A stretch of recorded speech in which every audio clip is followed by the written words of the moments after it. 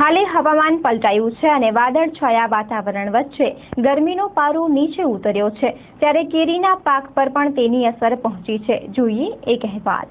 કચ્છ જિલ્લાના પ્રખ્યાત કેસર કેરીનું બજારમાં આગમન શરૂ થઈ ગયું છે અને કચ્છની કેસર કેરી કચ્છ બહાર મોકલવાની પણ શરૂઆત થઈ ગઈ છે.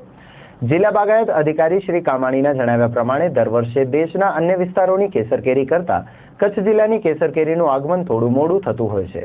તે પ્રમાણે આ વર્ષે પણ હાલમાં બજારોમાં કચ્છી કેસર કેરીનું આગમન શરૂ થઈ ગયું છે. આ વખતે કચ્છ જિલ્લામાં કેસર કેરીના ઉત્પાદનમાં વધારો થયો છે. પ્રતિકૂળ વાતાવરણ હોવા છતાં કચ્છ જિલ્લામાં પાક પાછોતરો આવતો હોવાના કારણે કચ્છમાં કેસર કેરીનું મબલક ઉત્પાદન થયેલ છે. જો કે આ વર્ષે સમગ્ર રાજ્યમાં કેસર કેરીનું ઉત્પાદન વધારે થયું હોવાના કારણે બજારમાં કેરીની આવકમાં મોટા પ્રમાણમાં થઈ રહી છે, જેના કારણે આ વર્ષે ભાવમાં ઘટાડો નોંધાયો છે. કચ્છની કેસર કેરી માત્ર કચ્છ પૂરતી જ મર્યાદિત નથી, પણ સમગ્ર વિશ્વમાં તેનો આગવો ચાહક વર્ગ છે. ત્યારે દર વર્ષે કચ્છ જિલ્લામાં કેસર કેરીના વાવેતરમાં વધારો થઈ રહ્યો હોવાનું જણાવતા જિલ્લા બાગાયત અધિકારીએ ચંચળ ન્યૂઝ સાથે વાત કરી હતી. આંબાની આપણે વાત કરીએ તો જેમ કચ્છ એક ખારેક માટે મોનોપોલી પાક હતો, એમ હાલની દ્રષ્ટિએ હાલના સમયમાં આંબો પાક પણ તાલાળા અને જે આપણે આહવા, ડાંગ, વલસાડની કેરી કરતાં પણ એક આગવું સ્થાન પામે છે.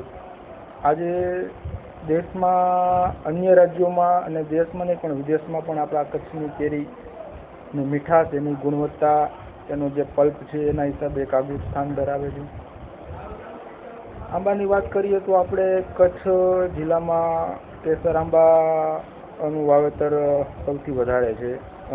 કચ્છમાં આપણે 13-14 સુધીના આંકડાની વાત કરીએ તો ટોટલ કચ્છ જિલ્લામાં 9,300 હેક્ટર કરતાં પણ વધારે આંબાનું વાવેતર છે.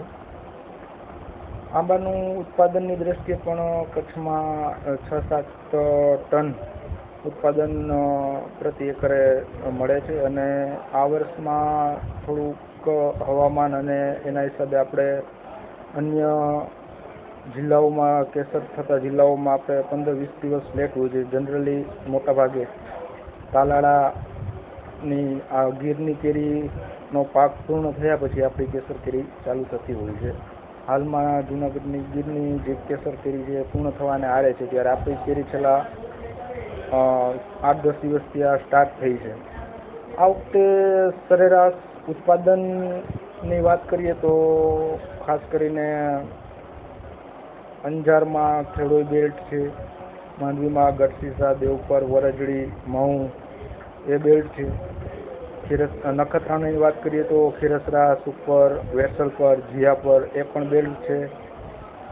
ઉપરાંત વિરાણી, દેવપર ત્યાં પણ આંબાનું વાવેતર ક્લસ્ટર બેઝમાં ગ્રુપમાં સારા એવા પ્રમાણમાં છે.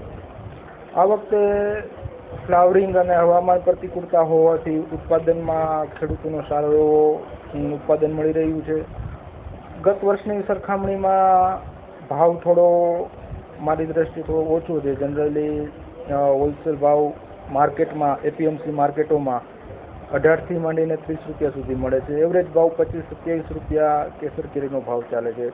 પછી જો સાઇઝ સારી હોય, ખેડૂત પોતે પોતાનું માર્કેટ કરતો હોય, ગ્રેડિંગ કરતો હોય, એ ગ્રુપ, બી ગ્રુપ કરતો હોય તો એના ભાવ 35-40 રૂપિયા એ ગ્રુપના સારી ગુણવત્તાવાળી કેરીના મળે છે. અને જનરલી એ લોકો મુંબઈ છે, દિલ્હી છે, મોટા મોટા સિટીઓમાં અહીંથી મોકલાવે છે. એટલે